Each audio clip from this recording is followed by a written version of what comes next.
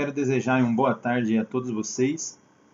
E quero dizer uma coisa, eu como historiador, estou gravando esse vídeo para vocês para poder falar um pouco do Brasil sobre essa questão da privatização, que muitas pessoas vêm dizendo, isso é bom para o Brasil, bom para o governo. E eu queria citar um período da história para vocês, que foi o período aí do Brasil colônia, só para vocês terem uma ideia sobre como que foi essa questão de ter privatizado tudo no Brasil. Entre esse período aí de 1500 até 1822, ficou uma herança no Brasil gravada em todo brasileiro. Que herança foi essa? É a herança de todas as coisas que é produzida, que envolve tecnologia, aí nós já automaticamente colocamos na nossa mente que não, alguém vai fazer para a gente, alguém sabe fazer isso legal. Deixa que alguém faça, nós brasileiros não precisamos fazer isso. E foi isso que aconteceu. Se você pega aí o primeiro período, a primeira produção que teve aqui no Brasil, foi a questão do pau-brasil. Na época, os historiadores chamam de América Portuguesa, nem o nome Brasil ainda. E notamos que o pau-brasil ele tinha uma substância que era de muita valia, principalmente na Europa, que ele era uma cor muito... extraía uma tinta, e essa tinta era usada na cor púrpura escarlate. Era uma cor muito cara, de fato, era a cor dos nobres, dos reis, e no passado o vermelho, bem forte, era considerado também a cor dos deuses. Era uma coisa difícil de se extrair naquela época, né, que era tintas, às vezes corantes, que encontrava em águas no fundo do mar e tudo mais, e tinha um grande preço. Mas o que aconteceu? Ele descobre no Brasil essa tinta que tinha na árvore, e o que aconteceu? Os portugueses poderiam muito bem fazer esse processo aqui mesmo, né, na América Portuguesa. Só que ocorre? Eles resolveram terceirizar para os franceses e entregaram uma tecnologia de mão beijada para eles. Tanto é que a França depois se destacou muito aí na produção de tecidos, né, da realeza e da nobreza aí, que vendiam muito caro e aqueciam muito a economia.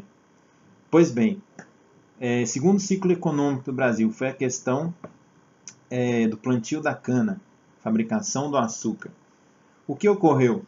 O Brasil começou a produzir e de fato tinha duas coisas que tinha que ser também produzida, que era a questão de peças para o engenho e também pessoas bem capacitadas para trabalhar no processo aí do melaço, da cachaça e da cana, também o açúcar cristalizado. Só que o que acontece? Da mesma forma que aconteceu lá com a França, aconteceu novamente.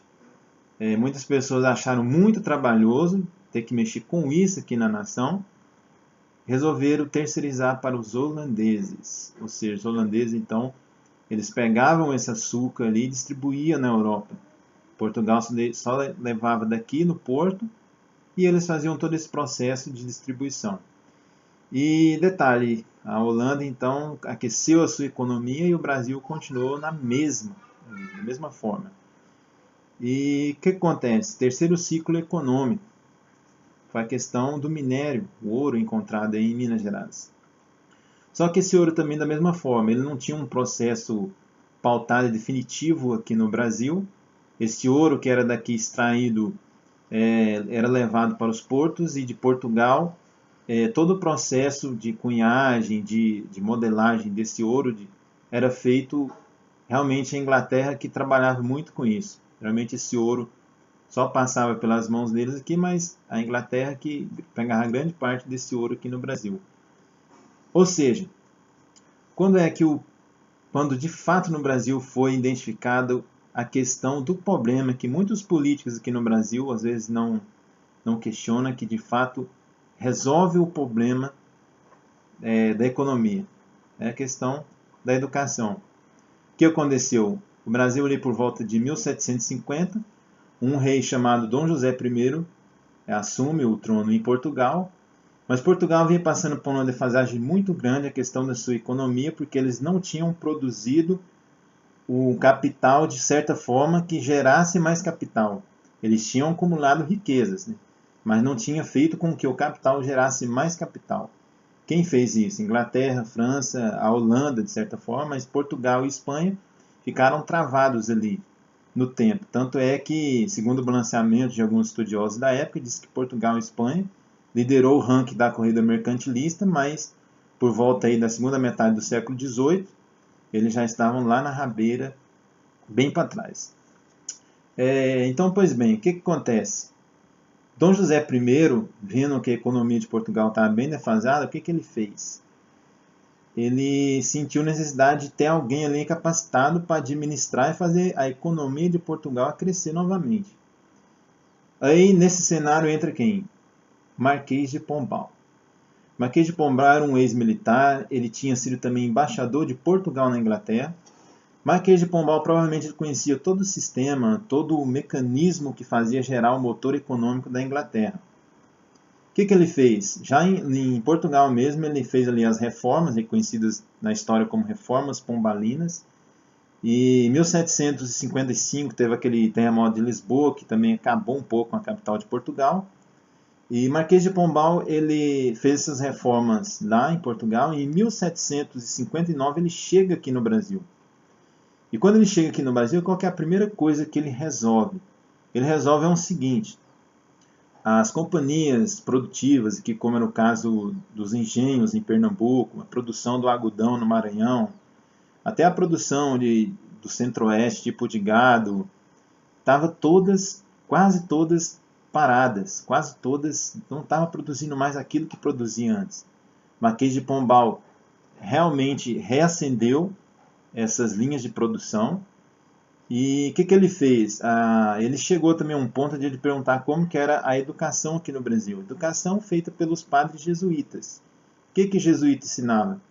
Pouca coisa. Ensinava mais o Tupi-Guarani e outras coisas relacionadas mais à questão doutrinária da Igreja Católica na época. Não tinha ensino de economia, de política, de ciência, de química, essas coisas.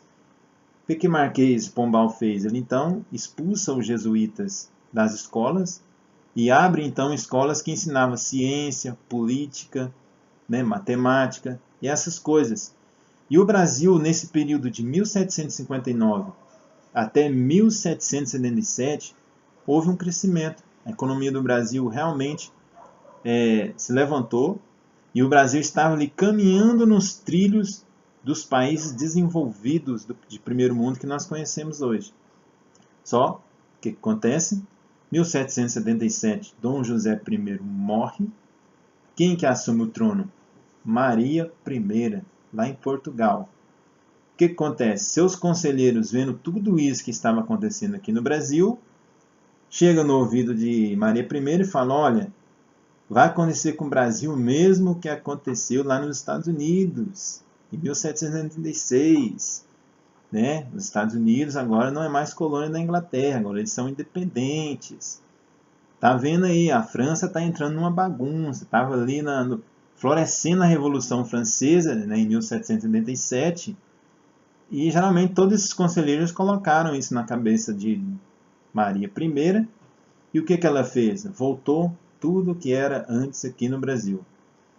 Voltou a educação jesuíta, as linhas de produção relacionadas ao industrialismo foram novamente desativadas e o Brasil voltou àquele sistema arcaico da monarquia absolutista como centro.